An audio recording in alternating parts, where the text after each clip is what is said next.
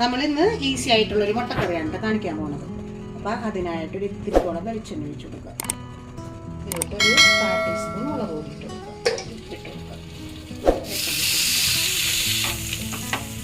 ഈ മുട്ട ഇതിലോട്ടൊന്ന് ഇങ്ങനെ മുട്ട ഇട്ടിട്ട് ഒന്ന് പയ്യൊന്ന് കാറ്റെടുക്കുക.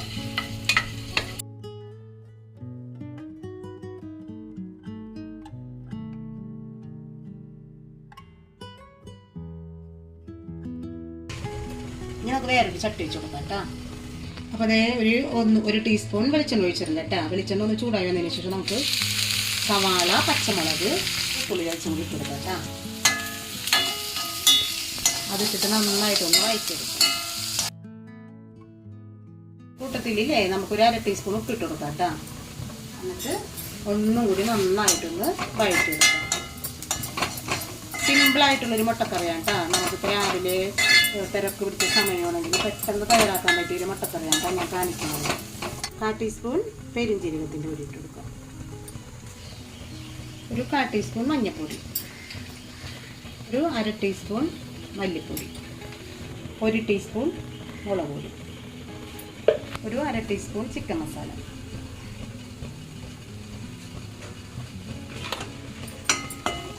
ഇതെല്ലാം കൂടി ഇട്ടിട്ട് നന്നായിട്ട് ഒന്ന് വഴറ്റിയെടുക്കാം. അപ്പം നമ്മുടെ പൊടികളുടെ പച്ചമണമൊക്കെ മാറുന്നത് വരെ നന്നായിട്ട് വഴറ്റിയെടുക്കാം കേട്ടോ. അപ്പം നമ്മുടെ പൊടികളുടെ പച്ചമണമൊക്കെ മാറി നന്നായിട്ട് വഴന്നു വന്നിട്ടുണ്ടെങ്കിൽ നമുക്ക് വെള്ളം ഒഴിച്ചു കൊടുക്കാം. അപ്പം ഇത് തിളപ്പിച്ച വെള്ളമാണ് കേട്ടോ, അത് ഒഴിച്ചു കൊടുക്കാം. അപ്പം ഉപ്പൊക്കെ നോക്കിയിട്ട് ഉപ്പൊക്കെ ആവശ്യത്തിന് ഇട്ട് കൊടുക്കണം.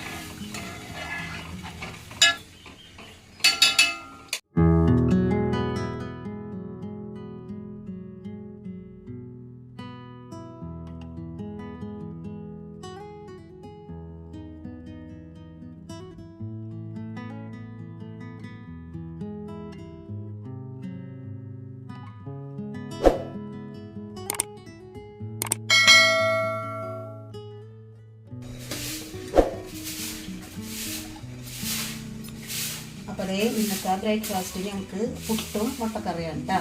അപ്പം ഞാൻ അതേ പുട്ട് നനച്ചിട്ട് കാണാതെ പുട്ട് രൂപം വെച്ചിട്ടുണ്ട്. നമ്മുടെ പുട്ടൊക്കെ വെന്തിട്ടുണ്ട്. നമുക്ക് പുട്ട് കുത്താം.